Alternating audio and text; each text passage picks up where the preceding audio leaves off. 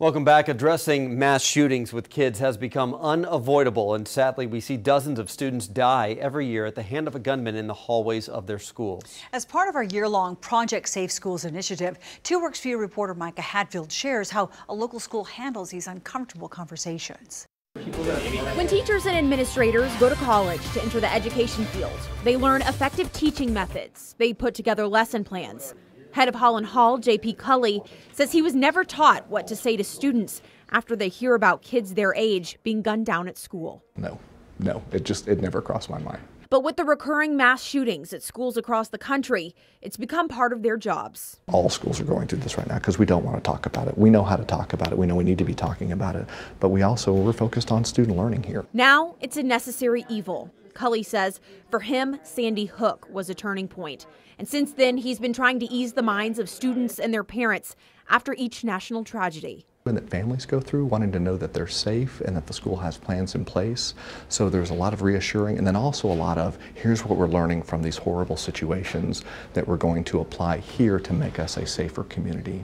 And that's what students from several area schools tell us they want. They want to talk about it. And even though many don't think a shooting could happen at their school, they still worry. I feel like what if that was me? What if that was my school? That's what I think whenever I see that on the news. They want to know there is a plan in place, practice it, and see it. They want transparency. And putting a plan in place so we know that there is a backups and we know that there is somewhere safe after it happens or if it ever does. And they want to know they have someone they can trust to talk with about their concerns. A lot of the teachers are very adamant on protecting their students too. A lot of them have their own plans in place in case something happens. Some of them keep a bat in their classroom. Holland Hall high schoolers meet as a group every morning.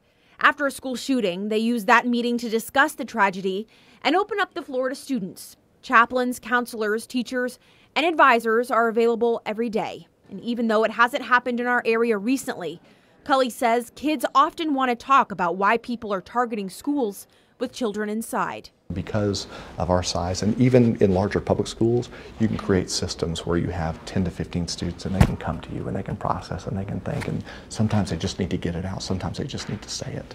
And we're thankful they feel comfortable sharing that with us. Cully says Holland Hall students ask him to reinforce the measures the school already has in place. So they increase the number of active shooter drills they're doing, and include students in on other plans.